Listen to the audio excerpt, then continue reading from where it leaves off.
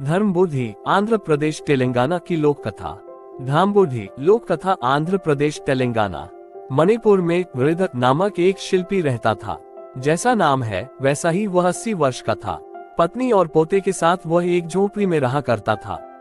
वृद्ध के पोते का नाम धर्म था। वह 8 साल का था। बचपन में ही उसके माता पिता गुजर गए। तब से दादा दादी ही उसके माता पिता बने। धर्म दुबला और कमजोर था, साथ ही बच्चों के साथ वह खेलता नहीं था। हमेशा दादा के साथ ही रहता था। दादा के साथ पहाड़ों पर घूमता था। शिल्प बनाने के लिए दादा जब पत्थरों को साफ कर उन्हें टुकड़े टुकड़े करता रहता था, तब वहीं कहीं आसपास घूमता रहता था। छेनी और हथौड़ा लेकर छोटी छोटी गुड़ियां तराशता रहता था। धर्म मिट्टी से भी गुड़ियां बनाता था। उन गुड़ियों को दादा को दिखाकर पूछता था कि कैसी है। बढ़िया है कहते हुए बेहद खुश होकर दादा गाल चूम लेता तो छे छे गीला है कहकर पोंछ लेता था। कभी न कभी मेरा पोता बहुत बड़ा शिल्पकार बनेगा, महाराज बनेगा, वृद्ध कहा करते थे। उसकी पत्नी वैसी बातों को सुनकर आश्चर्यचकित होती थी और यूं पूछती थी, बड़ा शिल्पकार बनेगा कह रहे हो? ठीक ही है, जाति के पेशे होने से बनेगा तो बनेगा, यह कोई आश्चर्य की बात नहीं, लेकिन बताओ महाराज कैसे बनेगा? समय साथ देने से बनेगा, वृद्ध कहा करता था। तब भी यह महाराज मेरे गोद में ही लेटेगा कहकर दादी दूर पर लेटे हुए धर्म को पास में लेकर हंसती थी। उसे सुलाने के लिए गीत गाती थी, कहानियां सुनाती थी। धर्म कहानियां सुनते समय कई सुंदर दृश्यों की कल्पना करता था। उन दृश्यों को शिल्पों के रूप में तराशना चाहता था। वह सुबह दादा के साथ पहाड़ों पर पहुंचता था और उसी काम पर लग जाता था। क्षण मात्र के लिए भी विश्राम नहीं लेता था। झटपट गुड़ियों को तराश कर दादा को दिखाता था। वे शाबाश बोलते थे। भुवनेश मणिपुरम का शासक राजा था। उसे इकलौती बेटी थी। उस लड़की का नाम बुद्धि था। वह 6 साल की लड़की थी।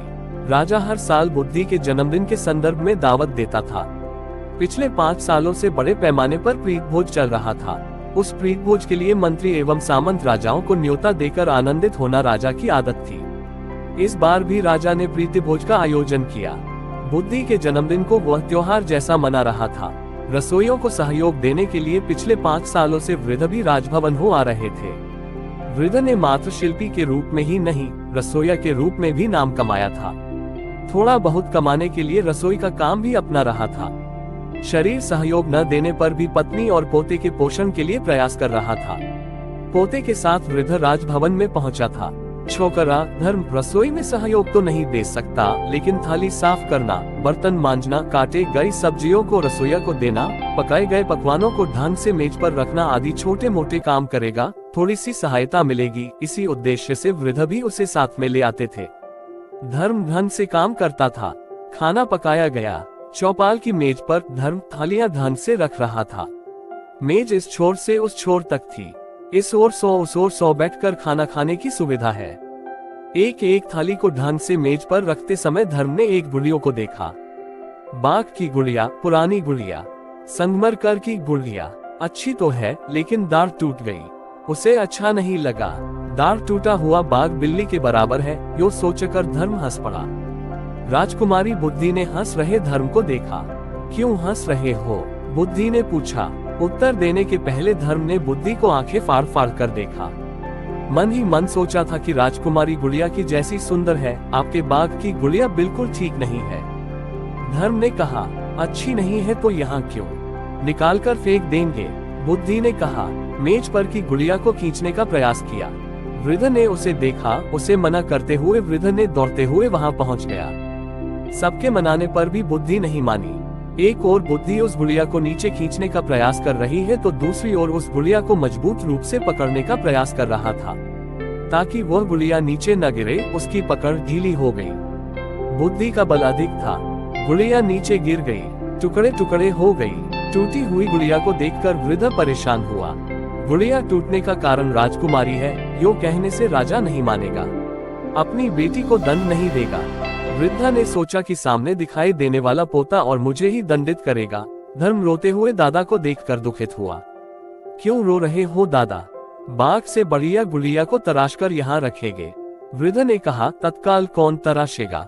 बुद्धि ने पूछा। मैं तराशूंगा। धर्म ने कहा, तब मेरे चित्र को तराशना। राजकुमारी ने अनुरोध किया।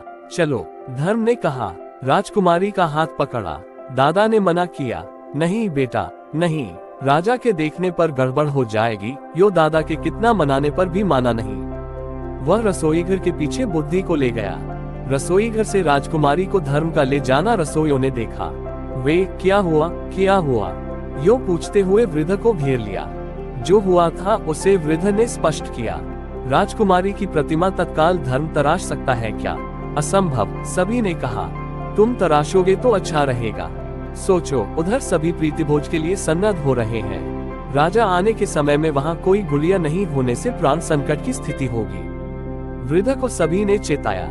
धर्म तराशेगा या नहीं तराश सकेगा मैं नहीं कह सकता, लेकिन मैं तत्काल किसी भी प्रकार की गुड़िया को तराश नहीं सकता हूँ। मेरे हाथ पैर नहीं चल रहे हैं, कांपते हुए वृद्ध ने कहा।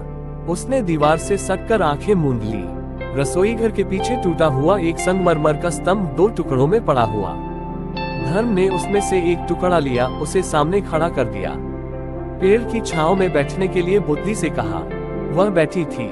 बुद्धि को देखते हुए तेजी से शिल्प तराशने लगा। विशाल ललाट, बड़ी बड़ी आंखें, कली जैसी नाक, लाल रंग के छोटे होंठ जैसे गोल चंद्रबिंब सा बुद्धि का मुख है। ठीक वैसे ही मुख को धर्म तराशते समय वृद्ध सहित सभी रसोइये एकटक देखने लगे। बुद्धि का सुंदर शिल्प आधे घंटे में तैयार हो गया। सभी ने कहा कि बिल्कुल बुद्धि जैसा ही है। उस लड़की की दुपट्टे की सिलवटें भी धर्म ने बखूबी तराशी थी। काफी बढ़िया है। वह अपनी प्रतिमा को स्वयं देखकर फूली न समाये उसे चूम लिया। इतने में सखियों उसे ढूंढते हुए वहां पहुंचने पर उनके साथ अपने को अलंकृत करने के लिए ले गईं। चौखटे की मेज पर पहले जो प्रतिमा थी वहीं पर सावधानी से बुद्धि की प्रतिमा रखी गई। दावत का इंतजाम पूरा हुआ। मंत्री एवं सामंतों के साथ भुवनेश भी वहां पहुंच गया। मेज पर की प्रतिमा को उसके साथ सभी ने देखा। खूब अच्छा है, यो कहकर सभी सराहने लगे। सचमुच राजकुमारी के बैठने के जैसा है। दुपट्टे की सिलवटें भी तराशना अद्भुत है। सभी ने कहा, इस प्रतिमा को किसने तराशा, कब तराशा? पूछ लिया। जान लिया कि वृद्ध के पोते ने तराशा था।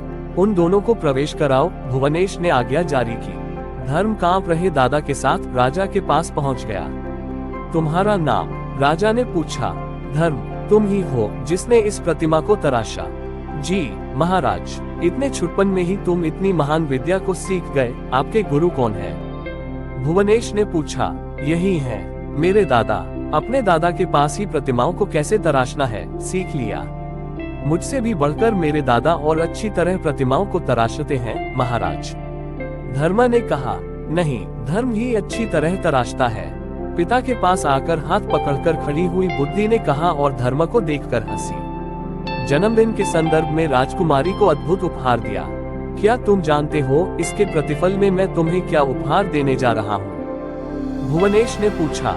सभी उत्कंठा से देख रहे थे कि महाराज क्या देने जा रहा है। मैं तो महाराज हूँ, मेरे साथ मेरे बगल में बैठकर प्रीतिभोज करो। यही है आज तुझे जो उपहार देना चाहता हूँ। बढ़िया उपहार है, भूल न सकने वाला उपहार। यो कहते हुए मंत्री एवं सामंत लोग तालियां बजाने लगे।